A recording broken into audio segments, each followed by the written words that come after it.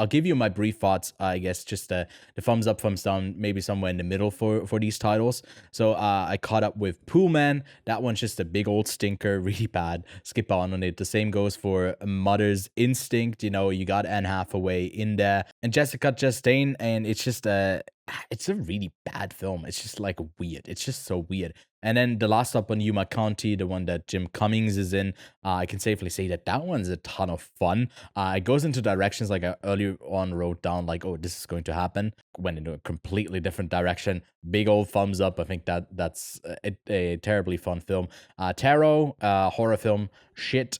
Land of Bad. It's kind of somewhere in between if you like type of extraction films where someone gets dropped into a war zone and he's all of a sudden he's alone, and it's Liam Hemsworth and he's gotta get out, and Russell Crowe is in his ear. He's Big Brother watching from above. That type of movie. Nothing really new or interesting, but hey, if you like that type of military movie, then you might be in for that. Lousy Carter is just like kind of in between, like a dude who thinks he's going to die and he's just kind of miserable. He's a big old man baby and bit of just like meandering around in life as he's about to die, but not really that great. Then Snack Shack, a ton of fun. Two young kids open, like they're in their teens. It's a bit of a love story, coming of age. They want to make some dough over the summer. Has like a ton of kinetic energy. There's a great like visual language editing style. Pretty fun. M. Night starter Ishana has a first movie out, The Watchers.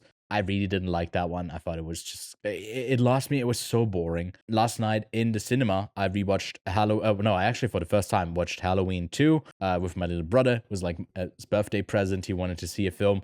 And I guess I've been locked into watching all of the Halloween films now because he was like, all right, same time next week. And I was like, okay, fuck, what have I gotten myself into? So maybe I'll report back next week about Halloween 3. But I was surprised. Halloween 3 is actually like 2 is actually like a really good movie.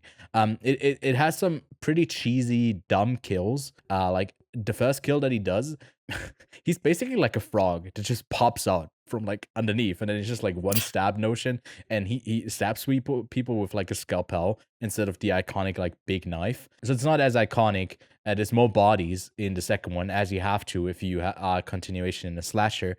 But the atmosphere, the slower pace. I'm gonna sound old with this, but they don't make movies like this anymore, and it's a pity. This is like so much great tension building. Again, it has some silly, dumb moments. The ending isn't like perfect, but I would definitely recommend this one. And then Hack Season 3, I binged through that whole show. It has a ton of heart. It's pretty funny. And yeah, I can recommend it. That's streaming on Max.